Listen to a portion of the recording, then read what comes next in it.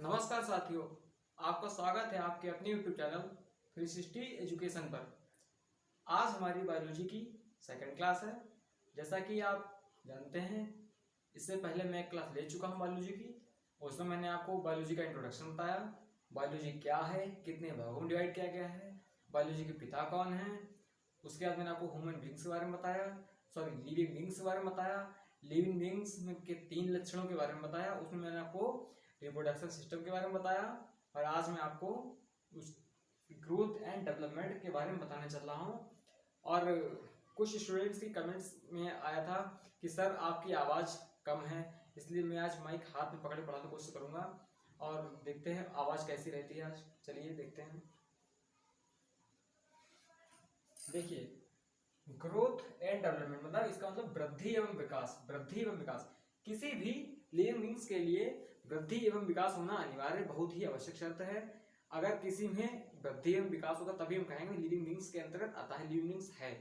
जैसे, और वृद्धि एवं विकास का कारण क्या है, वृद्धि एवं विकास क्यों होता है? वृद्धि एवं विकास का मेन कारण है कोशिका विभाजन। जब तक कोशिका विभाजन नहीं होगी तब तक के लिए किसी के शरीर में वृद्धि विकास नहीं हो सकता। कोशिका विभाजन किसे कहते हैं? एक मदर सेल से डॉटर सेल बनना, मतलब मदर सेल से डॉटर सेल बनने की क्रिया को कोशिका विभाजन कहते हैं। सॉरी। जैसे देखते हैं, ये हमारी एक कोशिका है, ये मदर सेल है, ये मदर सेल है इसे, ठीक है, ये मदर सेल है। इसका कोशिका का विभाजन हुआ, एक डॉटर सेल में 2 में टूटी, एक ये देखिए यहाँ दिखाते हैं, ये 2 डॉटर,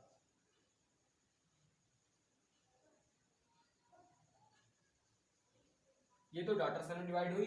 उसके बाद सिर्फ डॉटर सेल थी, ये पुनः एक बार फिर से 2 डॉटर सेल में डिवाइड हुई, मतलब ये अब बन गई मदर सेल और ये दोनों कौन बन गई इनकी? Daughter cell. मतलब इसी प्रकार से देखिए आप, ये है हमारी, अगर इनकी बात करें तो इसकी डॉटर है, डॉटर सेल है, और इनकी बात करें तो इसकी मदर है। मतलब एक कोशिका 2 भाग में टूट रही, फिर ये कोशिका फिर 2 भाग में टूट रही, फिर ये कोशिका फिर से 2 भाग में टूट रही, फिर से ये, इसी प्रकार प्रोसेस चलता रहेगा। देखिए जैसे ये है, ये यहाँ पे इसके 2 पार्ट्स में फिर से डिवाइड कर देंगे। ये देखिए, ये है, मतलब ये है, ये इसकी है कौन? इसकी डॉटर है, लेकिन इन दोनों के लिए कौन है? इसकी मदर सेल है। इस प्रकार हमारे शरीर में जीवन भर वृद्धि एवं विकास होता रहता है। उसका मेन कारण क्या है मैंने आपको बता दिया कि हमारे शरीर में वृद्धि विकास क्यों होता है। उसका मेन कारण है कोशिका और कोशिका विभाजन। अब देखिए, मैंने आपको कोशिका विभाजन की परिभाषा बता ही दी, एक बार फिर से बताते हैं। मतलब मदर सेल से डॉटर सेल बनने की क्रिया को कोशिका विभाजन कहते हैं। ये 3 प्रकार का होता है। नंबर 1 एमाइटोसिस, मतलब आसूत्री विभाजन। नंबर 2 माइटोसिस, समसूत्री विभाजन। नंबर 3 मियोसिस, मतलब असूत्री विभाजन। अब देखते हैं ये तीनों हैं क्या, मतलब एमाइटोसिस, माइटोसिस, मियोसिस हैं क्या, इसके बारे में जानकारी देते हैं। देखिए चलते हैं। एमाइटोसिस को हिंदी में बता ही चुके हैं, असूत्री विभाजन।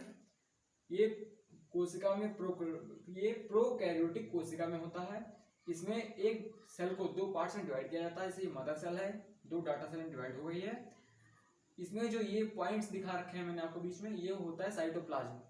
इसे हिंदी में क्या बोलते हैं? कोशिका द्रव्य। उसके बाद आते हैं माइटोसिस पे। माइटोसिस मतलब माइटोसिस विभाजन के द्वारा क्या होता है? माइटोसिस विभाजन के द्वारा जो मनुष्यों में गुणसूत्र होते हैं, गुणसूत्रों का निर्धारण किसके द्वारा होता है? माइटोसिस विभाजन के द्वारा। और गुणसूत्रों की बात चल रही तो मैं आपको साइड में नोट्स लिखवाते चलता है। यहाँ पे देखिए आप कि किसी भी मानव में 46 गुणसूत्र होते हैं। अगर जोड़े में बात करें तो हम कहेंगे कि 23 जोड़े गुणसूत्र होते हैं। क्यों? क्योंकि एक जोड़े में 2 होते हैं, इसलिए चाहे तो हम कहें 46, चाहे कहें 23 जोड़े। और उसमें से जो 22 जोड़े होते हैं, मतलब 44 गुणसूत्र, तो 44 गुणसूत्र चाहे महिला हो चाहे पुरुष हो, दोनों में समान होते हैं। उसका जो 23वां जोड़ी गुणसूत्र होता है, 23वां जोड़ी, वो दोनों में अलग अलग होते हैं। 23वां जोड़ी पुरुषों में होता है XY और महिलाओं में होता है XX। ये साइड से नोट करते रहिए, एग्जाम में काम आएगा।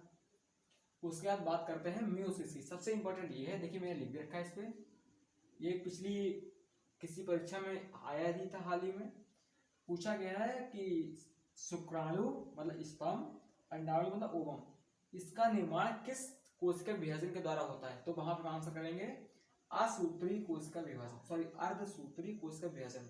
अगर परीक्षा में क्वेश्चन आता है कि मतलब शुक्राणु और अंडाणु का निर्माण किस कोशिका विभाजन के द्वारा होता है, तो वहां पर हम टिक करेंगे अर्धसूत्री कोशिका विभाजन। अगर आप लोगों को इतनी बात समझ में आ गई हो तो कमेंट बॉक्स में एस कीजिए, और अगर अदरवाइज ना आई हो, कोई भी प्रॉब्लम हो, कुछ भी समझने में दिक्कत हुई हो, तो कमेंट बॉक्स से आप पूछ भी सकते हैं। चलिए आप लोग नोट कीजिए।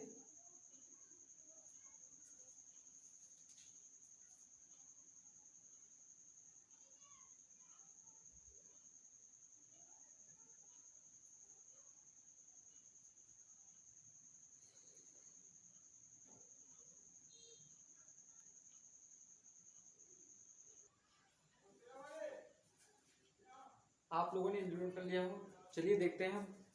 अब बात करते हैं, मैंने आपको दो पार्ट बताए, number 1 reproduction system, number 2 growth and development. अब बात करते हैं तीसरी लक्षण के बारे में, जो कि है मेटाबॉलिक एक्टिविटीज, हिंदी में बोलते हैं उपापचयी क्रियाएं। उपापचयी क्रियाएं क्या होती हैं?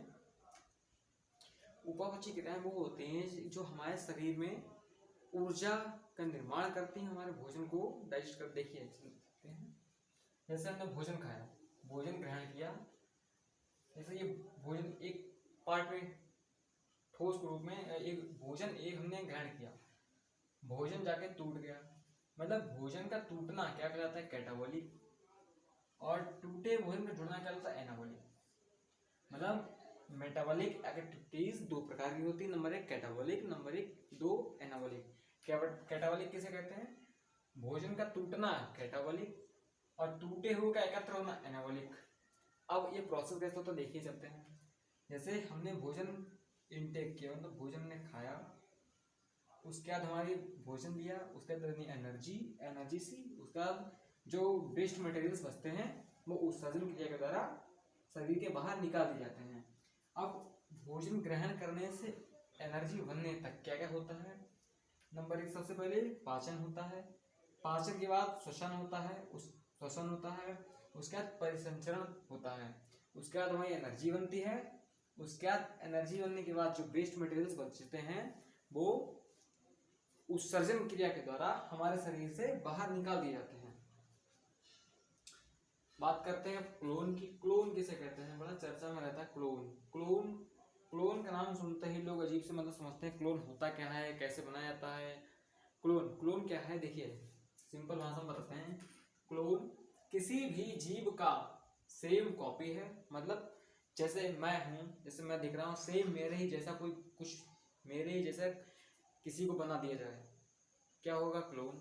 जैसे कोई भेड़ है, भेड़ सेम भेड़ वैसी ही बना दी जाए, क्या है? क्लोन। देखिए किसी भी जीव का सेम कॉपी क्लोन कहलाता है।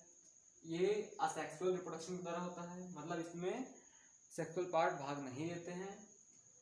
फर्स्ट क्लोन मतलब विश्व में सबसे पहला क्लोन किसका बनाया गया था? विश्व में सबसे पहला क्लोन भेड़ का बनाया गया था, उसका नाम क्या था? डॉली। वैज्ञानिक कौन थे, किसके द्वारा बनाया गया था? वैज्ञानिक थे यान विल्मुट और उनके सहयोगी। कहाँ बनाया था? यान विल्मुट कहाँ के रहने? ये स्कॉटलैंड के थे, और स्कॉटलैंड के रोजलिन संस्थान में कार्य कर रहे थे। ये तो हुई वर्ल्ड की बात, वर्ल्ड में पहला क्लोन कहाँ बना। अब बात करते हैं इंडिया की। तो इंडिया की बात करते हैं तो NDRI मतलब नेशनल डेयरी रिसर्च इंस्टीट्यूट कहाँ है? ये करनाल, कहाँ? हरियाणा में। सबसे पहला यहाँ क्लोन बना किसका? भैंस का क्लोन बना। नाम क्या रखा गया उसका? गरिमा। इस प्रकार से ये रहा हमारे वर्ल्ड में क्लोन कहाँ बना? ये रहा इंडिया में। आज की कक्षा यहीं पे समाप्त करते हैं, और इसमें अगर किसी आप लोगों को किसी को भी दिक्कत हुई हो तो कमेंट में से पूछिए, और अगर आपको वीडियो अच्छी लगी हो तो लाइक कमेंट करते रहें, सब्सक्राइब जरूर कर दें।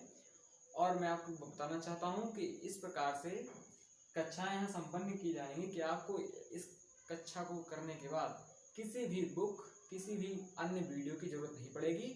अगर आप यदि एक अच्छा ईमानदारी से करते हैं तो आपके सारे के सारे क्वेश्चन इसी से बन जाएंगे। हम भी मेहनत करते हैं, आप भी मेहनत कीजिए, मिलकर सिलेक्शन लेंगे। थैंक यू, धन्यवाद।